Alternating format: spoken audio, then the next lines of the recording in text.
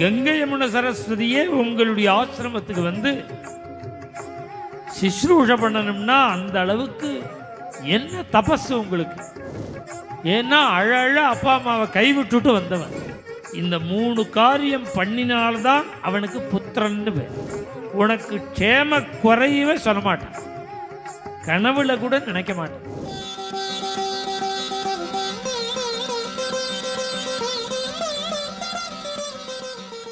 காசிக்கு போக வேண்டிய ஒரு அவசியம் ஏற்படலேன்னு அவர். கங்கை யமுன சரஸ்வதியே இவருடைய கிரகத்துக்கு வர பெரிய அபச்சாரம் பண்ணிட்டோம், மகான்களை தூஷிச்சுட்டோம்னு திருப்பி போய் சேவிக்கிறான். அவன் க்ஷேத்திரபாபின்னு வச்சதுக்காக வருத்தப்படலை, சேவிச்சதுக்காக சந்தோஷப்படலை. நான் உங்க மகிமை தெரியாமல் நான் இப்படிலாம் திட்டேனே, நான் அபச்சாரம் பண்ணிவிட்டேன், என்னை மன்னிச்சுடுங்க. கங்கை யமுன சரஸ்வதியே உங்களுடைய ஆசிரமத்துக்கு வந்து சிஸ்ரூஷ பண்ணணும்னா அந்த அளவுக்கு என்ன தபஸ் உங்களுக்கு. உடனே அவர் சொன்னார், அப்பா உள்ளவா காமிக்கிறேன்.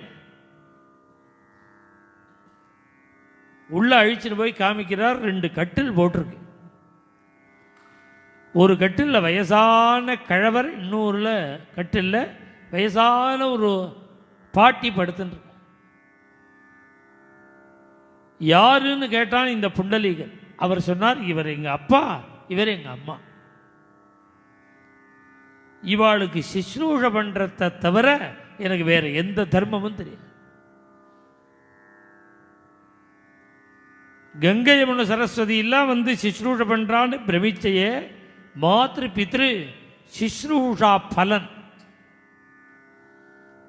அப்பா அம்மாவுக்கு பணிவிட பண்ணின பலன். இவர் சொல்ல சொல்ல அவனுக்கு அழுக வரும். ஏன்னா அழ அப்பா அம்மாவை கைவிட்டுட்டு வந்தவன். பல நாள் வச்சிருக்கான், பல நாள் அடிச்சிருக்கான். ரொம்ப வருத்தப்பட்டு எங்க அப்பா அம்மாவை இப்படிலாம் நான் ஹிம்சை பண்ணிவிட்டேனேன்னு சொல்ல சொல்ல அவர் சொல்றார், அப்பா அப்பா அம்மாவை விட்டு காசியில் என்னடா காரியம். ஒரு மனுஷனா பிறந்தால் அவசியம் பண்ண வேண்டியதுங்கிறது 3 காரியம். இந்த 3 காரியம் பண்ணினால்தான் அவனுக்கு புத்திரன்னு பேர். திரும்பி புத்திரஸ்ய புத்திரதா, இந்த 3 காரியம் பண்ணினால்தான் புத்திரன்கிறதே அவனுக்கு சித்திக்கும். 3 காரியம் என்னன்னா, அப்பா அம்மா பெரியவா ஜீவ தசையில் இருக்கும் பொழுது அவர்கள் சொன்னதை கேட்கணும். அவ என்ன சொன்னாலும் கேட்கணும். அவ மனசு கோணாமல் நடக்கணும்.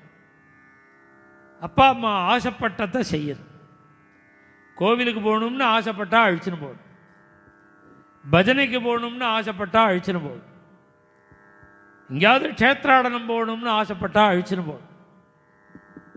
அது மாத்திரமில்லை, தர்ம காரியங்கள் அப்பா அம்மா சொன்னால் செய்யணும். ஜீவத்தோர் வாக்கியகரணாது. ஏன் அப்படின்னா, இருக்கும்பொழுது தெரியுமோ, அவள் இல்லாத போது தான் தெரியும். அவள் அப்பா அம்மாவுக்கு சொன்னத்தை செஞ்சுடும். ஏன்னு எதிர்கேள்வியாக கேட்கக்கூடாது. இப்போ கேள்வி கேட்கக்கூடாதுன்னாலே கோபம் வருது. இப்போ சாஸ்திரங்கள் என்ன சொல்கிறது, அப்பா அம்மா சொன்னால் கேட்டுடும். கனவுல கூட உனக்கு உனக்கு உனக்கு க்ஷேம குறையவே சொல்ல மாட்டான், கனவுல கூட நினைக்க மாட்டான். அப்பா அம்மா சொன்னா கேளு. அடுத்தது என்னன்னா, அவ காலமாயிட்டான்னா பிரத்யப்தம் பூரி போஜனா, வருஷா வருஷம் அந்த ஸ்ராத்த காரியத்தை ஸ்ரத்தையா பண்ண. மேலும் இது போன்ற சிறப்பான நிகழ்ச்சிகளை காண இப்போவே லைக் பண்ணுங்க, ஷேர் பண்ணுங்க, மறக்காம சப்ஸ்கிரைப் பண்ணுங்க.